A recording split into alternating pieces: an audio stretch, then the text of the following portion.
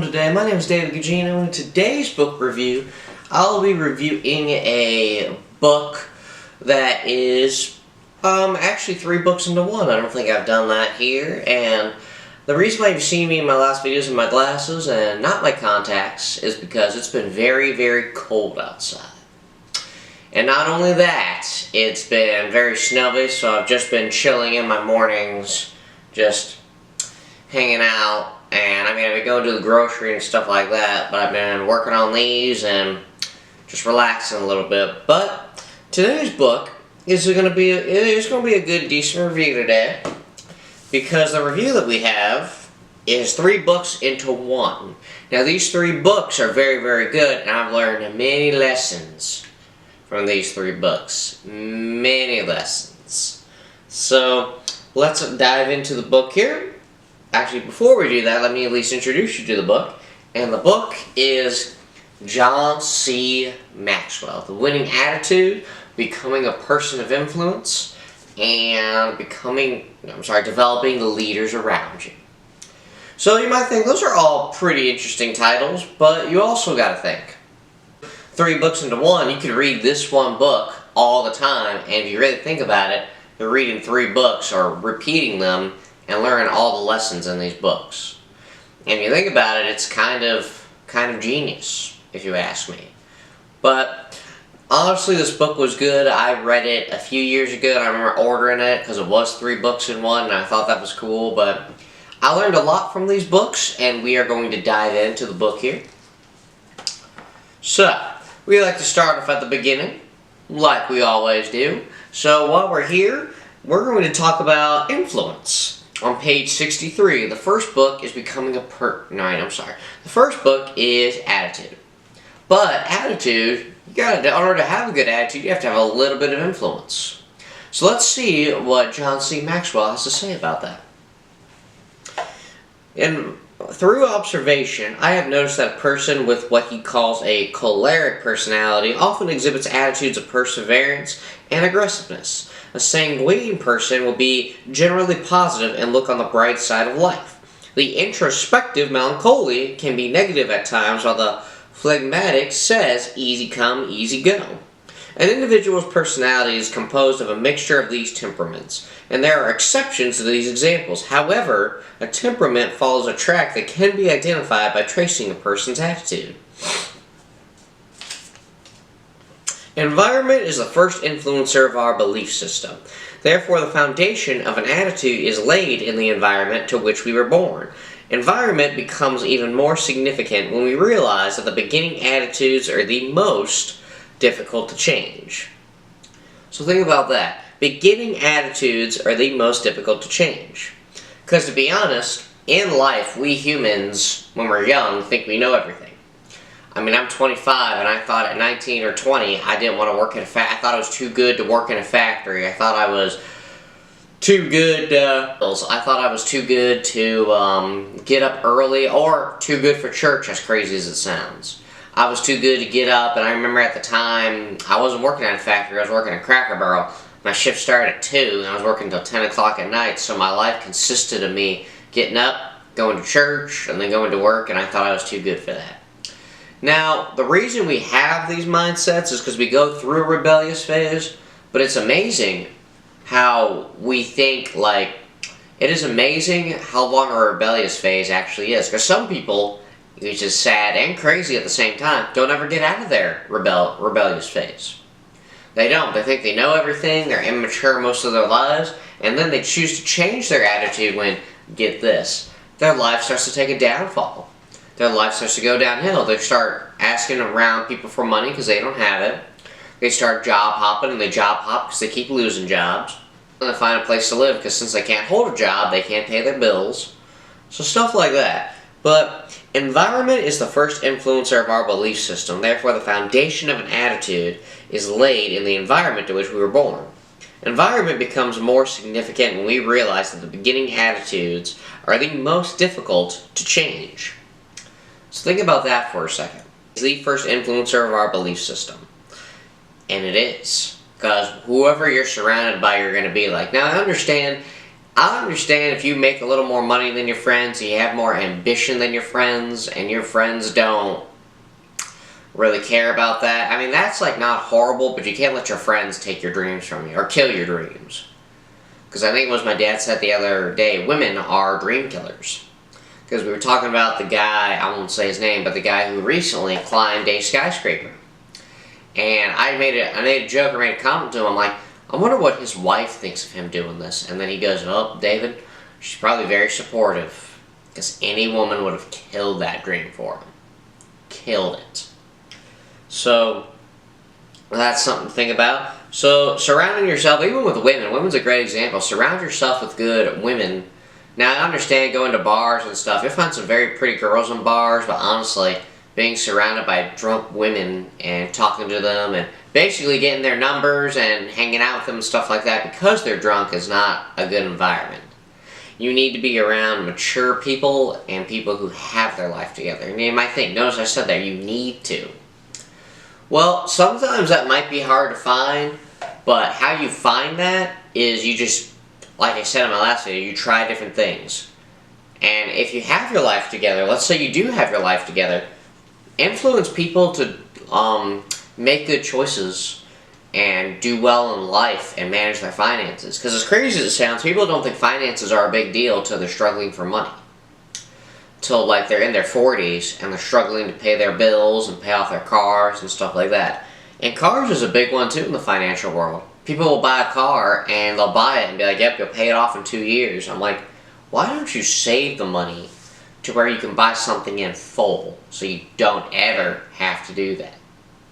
So that is something to think about. Now, when it comes to environment and with attitude, I mean, you can have a good attitude about poor environments, you can, but eventually that stuff might stick to you. So if you are in a poor environment, like your work environment, be as positive as you can, but also just be nice to your coworkers. Just have in your head, I'm going to be nice today and not take this home with me. I'm going to be nice today and not take this home with me. Think about that for a second. Environment is the first influencer of our belief system. So think about that.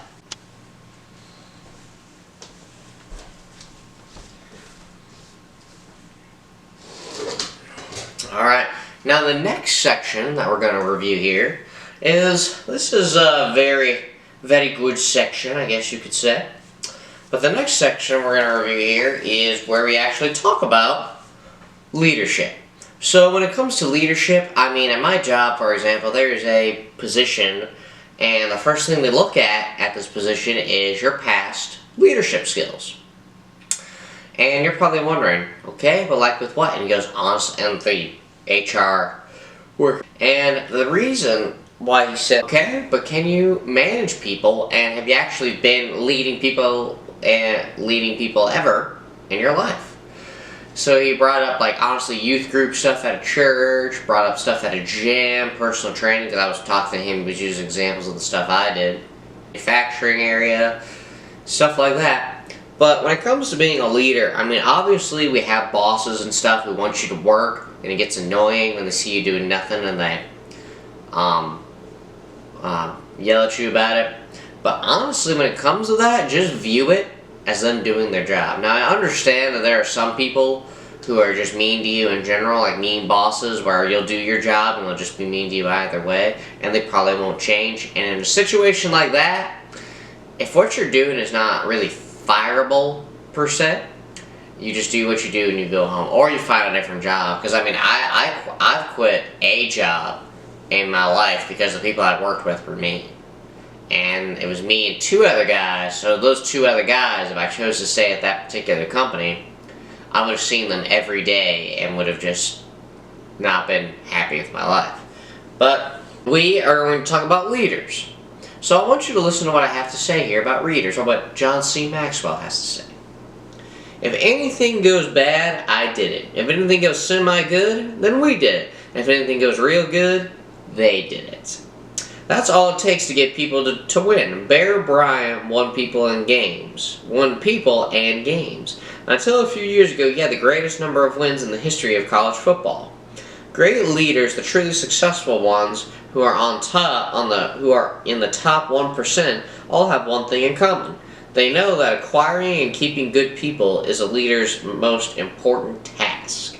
An organization cannot increase its productivity, but people can. The asset that truly appreciates within any organization is people.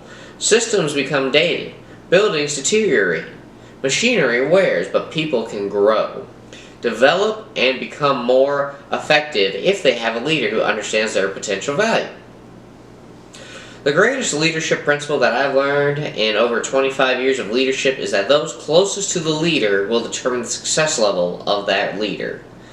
A negative reading of this statement is also true. Those closest to the leader will determine the level of failure for that leader. In other words, the people close to me make me or break me. The determination of a positive or negative outcome of my leadership depends upon my ability as a leader to develop those closest to me. It also depends upon my ability to recognize the value that others can give my organization and me, all following that results in a crowd. My goal is to develop leaders who become a movement. So think about that. The greatest leadership principle that I have learned in over 25 years of leadership is that those closest to the leader will determine the success level of that leader. A negative reading of this statement is also true. Those closest to the leader will determine the level of failure for that leader. So if you are close to the leader, you're either going to make the leader or you're not going to make him, depending on who you are as a person. So basically who you are as a follower will determine how successful the leader is into making a team or to making a group of people successful. The thing he says over here, great leaders, the truly successful ones who are in the top 1% of all, have one thing in common. They know that acquiring and keeping good people is a leader's most important tasks. An organization cannot increase its productivity, but people can. So think about that. So for example, with factory jobs, it's hard to find good people to work. And I think it was my brother that said it the other day, people are not good at working. And I'm like, really? What makes you say that? You have people who can't show up to work. They literally will have an excuse multiple times in a row as to why they can't show up to work. Or you'll have people who just say, I left too late, I stayed up late doing this, and honestly the two most important things of a job are not only doing your job, but arriving to your job. Your job, just arriving in life in general. See, yes, I will confess, I did take a nap today, but I could have easily slept, I could have watched movies all day, and I have to go work out, and I have to go fight this evening. I could easily stay at home and sleep. I could do all of that, but honestly, you have to do things outside of your comfort zone. And when it's really cold, when it's this cold out, and I'm training in a garage, and I have to squat heavy, and then I have to go get punched in the face pretty soon after, that takes a little bit of discipline. But our discipline and leaders usually have gone through what you're going through.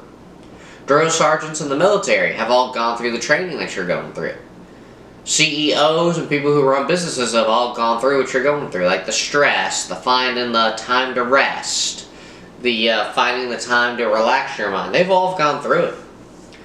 And the other thing I really like what he says here is machinery wears, but people can grow, develop, and become more effective if they have a leader who understands their potential value. So think about that. And one last thing here before we move on that I really liked what he said is if anything goes bad, I did it. If anything goes semi-good, then we did it. And if anything goes real good, they did it. And honestly, that is so true. In the world of leadership, that is true. The success for a company and for the people around you is all dependent on the leader. So think about that for a second.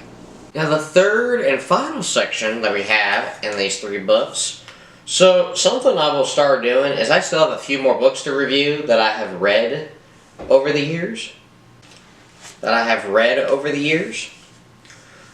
But after that, I'm going to do like re-reviews. I'll still be reading it, but what I'm going to do is I'm going to read, but when I finish a new book, I'll do it. But how I learn, how you learn from stuff you read, is you over and over. And that's how you learn. So now we're on the person of influence. So when it comes to being a person of influence, you obviously want to be influential in your life. Like, when I brought up mean bosses, they're just there to go to work, collect a paycheck, and go home and raise their families. They're not there to influence anybody. They don't care at all. But now my big boss at my job cares about it, because I was wondering, I have been tempted to ask him, like, he looks so serious when he's around there, but it's always because he has something going on. He's managing an entire plant. He's a manager of a factory, and he's managing this big plant, talking to bosses above him over the phone, stuff like that. And it's just one thing after another. But the point is here, is he put the time into this particular company to get that position, to be punked around by everybody. He wants to be an actual boss. And he is. He's a good boss, but that's just who he is. So there's that happy medium to being it's not a jerk, but to being serious and to being goofy. And the reason I say that is because when you do run something or you're leading a group of people, you're like the last person to be telling jokes or the last person to be being lazy, per se. Because there is a good example is there's a scene in the movie 300 where the Persians were going to try to sneak around the Spartans in boats and kill all of them. But then what happened was there was a storm and all the boats came crashing down and the Persians died. Then the Spartans in the back were all laughing and being so excited and celebrating, while Leonidas just stood there and looked and was humble, being like, yeah, this is good, but this was too close. We got to keep our guard up. And it's not that good to be cocky. He was not cocky about it and didn't celebrate at all. So the moral of that story that I just told, and even though it was in a movie, I mean, the story of that movie was true. But the moral of that story was, to be a good influence or to be a good leader, you have to act that way sometimes. Because you want to influence other people to be serious and to do well in life. Really well in life. So, what I have here about the person of influence is this. So, listen to this. This is also very interesting. Don't you have achieved... Wait, I'm sorry. Winning is motivating. Winning is motivating. Novelist David Ambrose acknowledged this truth. If you have the will to win, you have achieved half your success. If you don't, you have achieved half your failure. Coming alongside others to help them experience some wins with you gives them reasons to believe they will succeed. And in the process, they sense victory. That's when incredible things begin to happen in their lives. Take a look at this comparison between what happens when people sense victory versus when they expect defeat. To help people believe they can achieve victory, put them in a position to experience small successes. Encourage them to perform tasks or take on responsibilities you know they can handle and do well. And give them the assistance they need to succeed. As Greek orator Demosthenes said, small opportunities are often the beginning of great enterprises. In time, as their confidence grows, they will take on more difficult challenges. But they will be able to face them with confidence and competence because of the positive track record they're developing. So think about that for a second. People believe they can achieve victory, put them in a position to experience small successes, encourage them to perform tasks, or take on responsibilities you know they can handle and do well. And this is what I like the most about this section. If you have the will to win, you have achieved half your success. If you don't, you have achieved half your failure.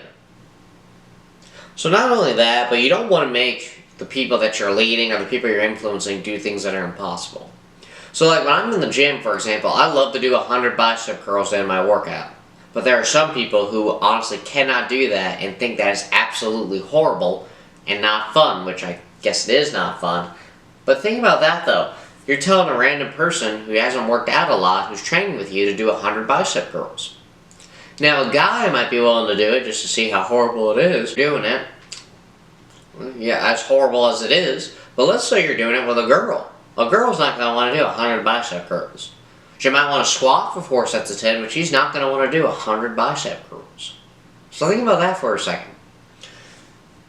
But, think about that, but also make people do things that they can do well. Now, obviously you have to learn and have to experience hard work.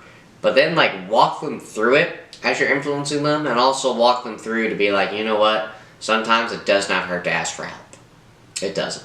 Now, figuring it out on your own, I get that, but I when I was in mechanics, that's how they wanted me to learn, but I was not mechanically inclined. Like, I just was not a good mechanic, and it's fine, there's nothing wrong with that. But they give me these tasks, and I would do them, and then I would ask for help, because I'm just like, I spent a couple hours on it, and it just wouldn't, I just couldn't finish the task. Now, in a life or death situation, possibly, but you want to make people think that they can achieve victory. Or, no, I'm sorry, not think, believe they can achieve victory. And you have to have the will to win. You have to have the will to do the discipline and do the hard work. Sometimes making these are disciplined. Sometimes it's hard work. Sometimes working out and fighting is hard work all in a row. But you do have to have in your head, small opportunities, like the Greek orator Demosthenes said, small opportunities are often the beginning of great enterprises.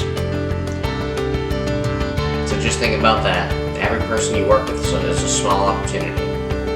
Every person you work with. Every person you influence is a small opportunity.